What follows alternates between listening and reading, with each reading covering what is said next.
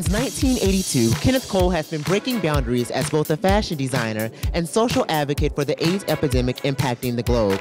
Today, Mr. Cole is joining us at the FIT campus to talk to students about his company's success. Last year alone, Kenneth Cole garnered close to $1 billion in sales. And this year, despite the ailing economy, his company still prevails. We'll find out his secret to success next. I'm Zadrian Smith for WFIT, covering live Kenneth Cole's visit to the Fashion Institute of Technology. I'm here with the mastermind behind it all, the Dean of the School of Business and Technology, one of my favorites, Dean Robin-Sacken. Now, we're all excited, all anticipating Mr. Kenneth Cole's visit, but tell us about the process. It takes a long time to put this all together, so we want to know, how did he get here? It's a long process. It takes a lot of people. My staff work very, very hard on this with his staff, and I'm very excited about tonight. This is going to be an exciting night. So why Kenneth Cole? What made you decide, out of all the people in the fashion industry that you could pick from, why Mr. Kenneth Cole? I decided Kenneth Cole because first of all, he is a name that everybody knows. I think he's a true humanitarian. I think that he represents so many things in the fashion industry that's right. I think what he does is amazing. He's taken his name, his brand, and really branched out. And he's someone that I think is the future, and many of our students work for him, and I think that he was just the right choice at the right time.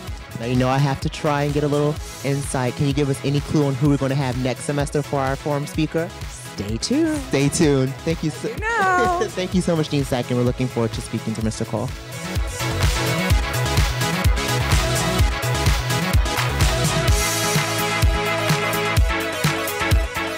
I'm here with Baker Scholar Johanna Brzezinski. Now, Johanna, we're here at the Kenneth Cole Forum tonight. Tell us, how are the Baker Scholars contributing to this event? Well, we're the people who help orchestrate the entire thing, so we take the tickets and we help people find their places, and we try to make it an enjoyable experience for everyone that's coming. Tell us about your experience with the Baker Scholars. I've had a great time being a Baker Scholar. Jay and Patty are two of the nicest people I've ever met, and they're so funny, and I just love being with them and doing like volunteer work for them, so it's a great time. So now, are you a Kenneth Cole heel girl or a Jimmy Choo heel girl? Manolo Blahnik, gotta go. Okay, Manolo Blahnik. All right, Johanna, we'll let you get back to work.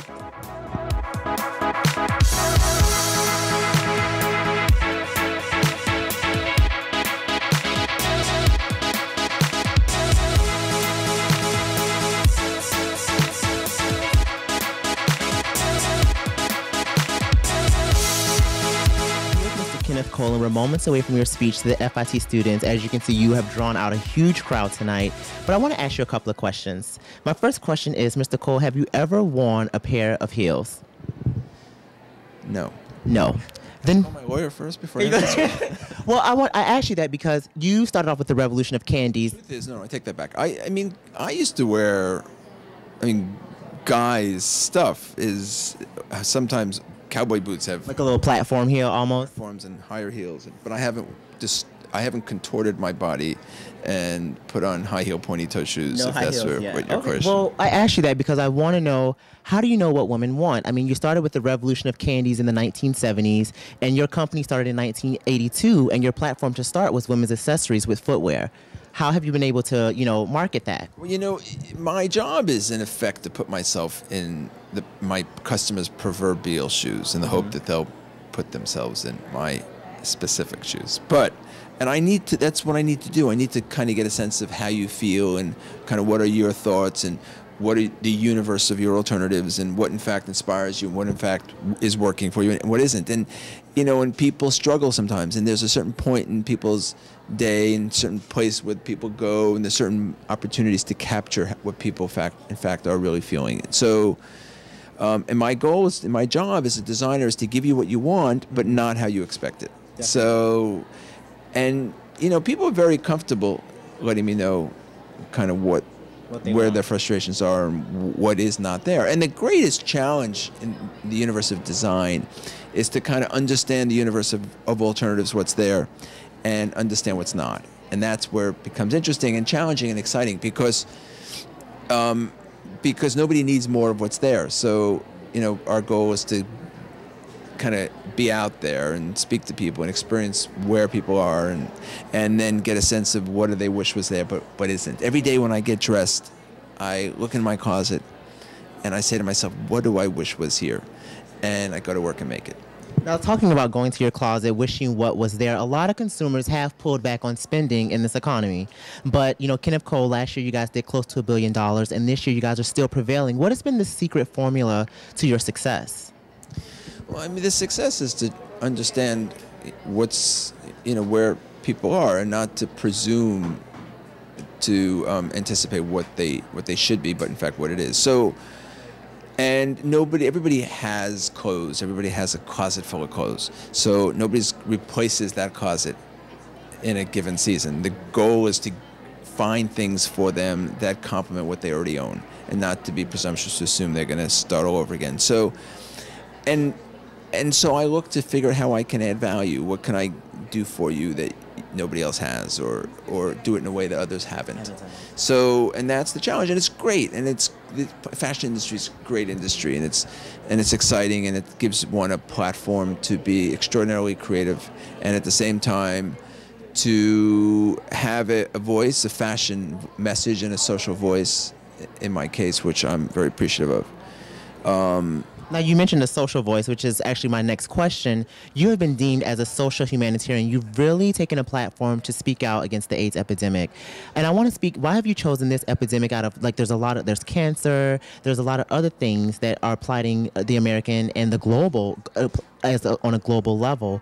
What made you decide to pick out the AIDS epidemic and put that in your advertising campaigns to impact your consumers? Well, I started doing it a long time ago, in 1985 actually, when AIDS was the year AIDS was called AIDS for the first time. So it was because nobody was doing it at the time. And it's very powerful sometimes to put forth a point of view that is unique and individual. And here was a crisis that was looming, and one that nobody was speaking about because they were afraid to speak about it for a myriad of reasons. I'm going to address that in my speech, actually. Mm-hmm. So here was an opportunity to say something important at a time when no one was. So I did it. And then I joined the board of AMFAR, the largest AIDS research organization, a couple of years later. And I've stayed associated with AMFAR. Today I'm its chairman. And I've had an opportunity to play a very meaningful role in a very important public health crisis. And I feel privileged to have been. Thank you so much, and we're looking forward to your speech. Pleasure to meet you. Tonight, I'm very excited to welcome Kenneth Cole to FIT and to the Dean's Forum. The industry is shrinking. There are less jobs in the fashion industry than before. The forecast isn't promising, and there is a consumer crisis. It's a difficult time, and I do believe at the end we'll be a much better economy, we'll be a much better industry when it's all said and done, but it's going to be a little painful, this journey in between. It was 1982, 83, and I was wanting to get into business, and I had limited resources. And I knew then, probably not much different today, that I think 60, 70+% of new businesses fail in the first year. And every season we sit down and we kind of discuss kind of what's on people's minds and what's moving them, what's inspiring them of the day, of the moment. And we try to figure out how to be relevant and what is the way to do it. And it's not always the same thing in New York as it is in LA, and it's not the same thing in America as it is in Hong Kong. And so, it's a challenge, it's fun, it's engaging, and it's sometimes we step a little too far.